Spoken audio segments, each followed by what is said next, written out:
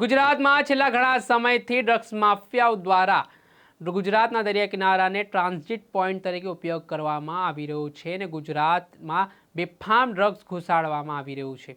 વાત કરવામાં આવે તો અવારનવાર જે ગુજરાતના જુદા જુદા પોર્ટ પરથી ડ્રગ્સ પકડાવાનો મામલો હોય, આમ તો તપાસ એજન્સીઓ દ્વારા સક્રિયપણે કાર્યવાહી કરવામાં આવી રહી છે, છતાં પણ આ ડ્રગ્સ માફિયાઓ છે તે સુધરવાનું નામ નથી લઈ રહ્યા। ત્યારે આજે ગુજરાતમાં ફરી એકવાર સૌથી મોટો જથ્થો ડ્રગ્સનો છે તે ઝડપી પાડવામાં આવ્યો છે। તેમાં ગુજરાત એટીએસ, એનસીબી અને ઇન્ડિયન નેવી દ્વારા આ સમગ્ર ઓપરેશન પાર પાડ્યું છે। કહેવામાં આવી રહ્યું છે કે 3300 કિલો આ ડ્રગ્સનો જથ્થો છે, જેની બજાર ઇન્ટરનેશનલ કિંમત છે તે 2000 કરોડથી વધુ માનવામાં આવી રહી છે। આને લઈને આ ડ્રગ્સ ક્યાંથી લોડ કરવામાં આવ્યું હતું અને કોણે મોકલ્યું હતું તે વિશે વાત કરીશું આ વિડીયોમાં।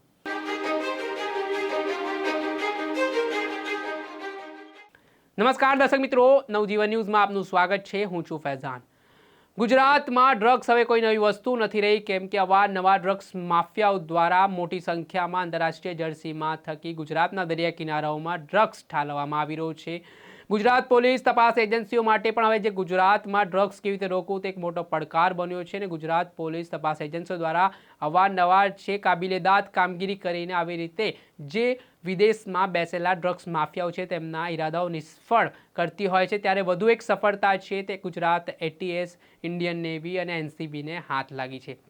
વાત કરવામાં આવે તો આજે સવારના સમયે આંતરરાષ્ટ્રીય જળસીમાથી ગુજરાત તરફ એક બોટ આવી રીતે આ દરમિયાન ઇન્ડિયન નેવી એનસીબીને બાતમી મળી હતી કે આ બોટ છે તે પોરબંદર તરફ ગુજરાતમાં ઘૂસવાનો પ્રયાસ કરી રહી છે। આના સંદર્ભમાં જ પહેલાથી જ ઇન્ડિયન નેવી અને એનસીબીની ટીમ સક્રિય થઈને દરિયાની મધ વચ્ચે પહોંચી છે, ત્યારે આ શંકાસ્પદ બોટ છે તે તપાસ એજન્સીને દેખાય છે, તેને બોટને અટકાવી તલાશી લેવામાં આવતા તેમાંથી 3300 કિલો જેટલો ડ્રગ્સ છે તે મળી આવ્યું હતું, જ્યાં જેની બજાર કિંમત છે તે 2000 કરોડથી વધુ આંકવામાં આવી રહી છે। આને જ લઈને જે સમગ્ર મામલે એનસીબીના વડા છે તેમના દ્વારા મહત્વપૂર્ણ પ્રેસ કોન્ફરન્સ કરવામાં આવી હતી, જે પ્રેસ કોન્ફરન્સમાં ખુલાસો કરવામાં આવ્યો છે કે આ ડ્રગ્સ છે તે અફઘાનિસ્તાનથી લોડ કરવામાં આવ્યું હતું અને તે ગુજરાત મોકલવાનું હતું। તે પહેલાં જ આ બાતમી મળતાની સાથે જ ઇન્ડિયન નેવી, એનસીબી અને ગુજરાત એટીએસની ટીમે સંયુક્ત ઓપરેશન પાર પાડ્યું છે। સાથે તેમણે કહ્યું છે કે ઈરાની બોટ દ્વારા આ ડ્રગ્સ છે તે મોકલવામાં આવી રહ્યું હતું। જોકે અવારનવાર પ્રકારે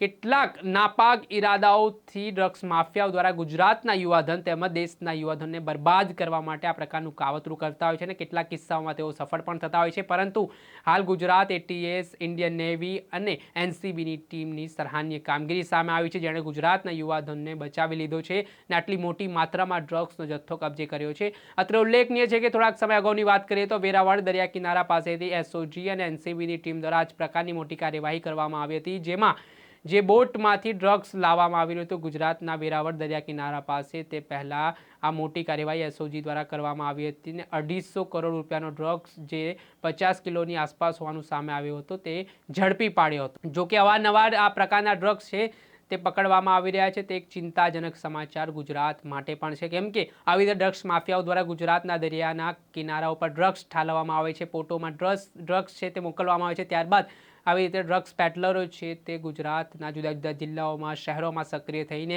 યુવાધન સુધી ડ્રગ્સ પહોંચાડતા હોય છે ને આ એક આખું નેટવર્ક છે, તેને લઈને ગૃહ વિભાગ તો સક્રિયપણે કામગીરી કરી રહ્યું છે, પરંતુ આ ડ્રગ્સનું નેટવર્ક છે તે તોડવા માટે પોલીસને રીતે કામગીરી પણ કરવી પડશે, એ રીતે પેટ્રોલિંગ પણ દરિયાકાંઠે વધારવી પડશે, જેના કારણે આવી રીતે અફઘાનિસ્તાન હોય, ઈરાન હોય કે અલગ અલગ જે દેશોમાંથી ડ્રગ્સ ગુજરાતના યુવાધનને બરબાદ કરવા માટે આવી રહ્યું છે તે ના આવે। દર્શક મિત્રો, ત્યાર સુધીમાં બસ આટલું। આવા નવા વિડીયો સાથે આપને માહિતગાર કરતા રહીશું। નવજીવન ન્યૂઝની ચેનલને આપ લાઇક કરો, સબસ્ક્રાઇબ કરો અને શેર કરવાનું ભૂલતા નહીં। નમસ્કાર।